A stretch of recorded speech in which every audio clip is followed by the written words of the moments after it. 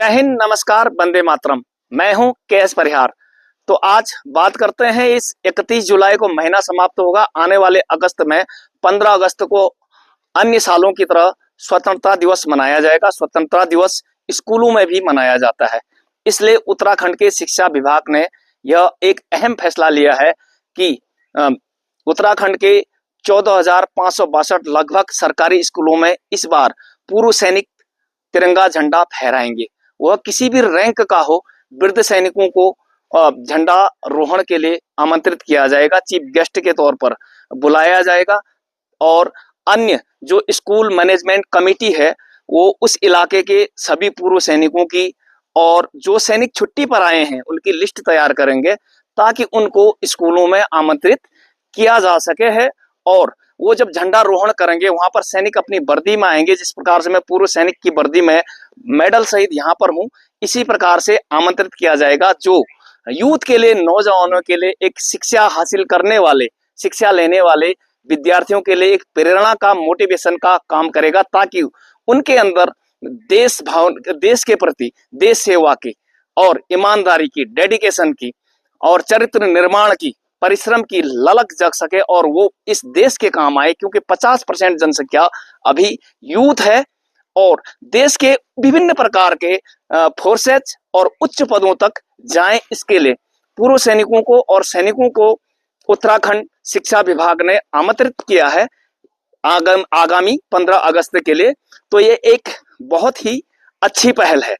इसके साथ ही पूर्व सैनिकों पर, स्वतंत्रता संग्राम सेनानियों पर एक डिजिटल डायरी तैयार की जाएगी और विद्यार्थियों 1 से 5 तक के विद्यार्थी निबंध लेखन कहते हैं, जैसे पूर्व सैनिकों पर निबंध भी लिखेंगे इस प्रकार से, ताकि उनके अंदर सैनिकों के प्रति, देश के प्रति प्रेरणा जाग सके। वैसे भी उत्तराखंड तकरीबन 70% ओरिएंटेड सोल्जर्स कहिए या 70% जनसंख्या किसी न किसी रूप में सोल्जर्स ओरिएंटेड है देवभूमि की, इसीलिए इसे सैन्य बहुल प्रदेश भी कहा जाता है। लेकिन सिक्के का दूसरा पहलू देखिए कि अब परमानेंट फोर्सेज की जगह जिस प्रकार से अग्निवीर को लाया जा रहा है, अग्निवीर की नौकरी 4 साल की है। मैं जो आपके सामने ठीक यहाँ पे खड़ा हूँ, 30 साल बाद सेना से रिटायर आया हूँ और बड़े सम्मान के साथ वीडियोज बना रहा हूँ कि 15 अगस्त को हमें आमंत्रित किया जाएगा। क्या इसी प्रकार का सम्मान अग्निवीरों को मिलता है? क्या शहीद हो जाने के बाद अग्निवीर को वही राइट्स और फैसिलिटीज मिलती हैं जो एक परमानेंट सोल्जर्स को मिलती हैं? क्या हमारी जगह, यानी पूर्व सैनिकों की जगह अग्निवीर झंडा फहराए तो क्या विद्यार्थी मोटिवेट होंगे? ये प्रश्न आपके लिए सोचना आपने है। क्या सेना एक ऐसी फैक्ट्री है जिसमें प्रैक्टिकल किया जाए? क्या पेशेवर सैनिक इतने बेकामयाब थे? क्या आजादी से पहले और आज तक के इतिहास और लड़ाइयों का और डेडिकेशन पूरे विश्व में, क्या इंडियन आर्मी का नाम इतना ऊंचा नहीं था कि प्रैक्टिकल करने की जरूरत पड़ी और उसकी जगह अग्निवीर को लाया गया? सरकार का कहना है कि एक प्रायोजन है, एक प्रयोग है। क्या सेना प्रयोगशाला है? इस प्रकार से क्या यूथ का इस्तेमाल, 50% जनसंख्या जिसे यूथ कहते हैं, उनका इस प्रकार से गरीबी का और बेरोजगारी का फायदा उठाकर क्या अग्निवीर बना देना चाहिए था? अब हम लोगों को, पूर्व सैनिकों को शिक्षा विभाग आमंत्रित करके प्रेजेंटेशन कर रहा, अच्छी बात है आने वाले यूथ के लिए। लेकिन इससे देश को क्या प्रेरणा मिलेगी, यूथ को क्या प्रेरणा मिलेगी?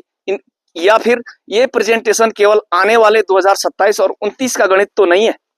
ये भी आप कमेंट्स करके जरूर बताएगा। लेकिन फिलहाल माना ये जा सकते हैं कि उत्तराखंड के शिक्षा विभाग ने सैनिकों को सम्मान देने की कोशिश की है, दिया है, और आने वाले 15 अगस्त को सैनिक तिरंगा झंडा फहराएंगे। छुट्टी पर आए हुए सैनिकों को भी बुलाया जाएगा। इसी प्रकार मेरी तरफ पूर्व सैनिकों को पूर्व सैनिक वर्दी, जिस प्रकार मैं यहाँ पर खड़ा हूँ मेडल के साथ, इसी प्रकार बुलाया जाएगा। तो इस पहल का आप कितना स्वागत करते हैं? साथ ही दूसरा पहलू जो मैंने रख दिया कि इसकी जगह अग्निवीर को यदि झंडा रोहण के लिए बुलाया जाए, तब क्या असर पड़ेगा आने वाले फ्यूचर या अब? तो ये आप लोगों ने इसका कंपैरिजन करना है, विश्लेषण करना है और अपने कमेंट बॉक्स में जरूर देना है। और ये वीडियो ज्यादा से ज्यादा लाइक, शेयर, सब्सक्राइब करें और ज्यादा से ज्यादा लोगों तक भेजें और बने रहें परिहार विजयपथ के साथ। जय हिंद, नमस्कार, वंदे मातरम।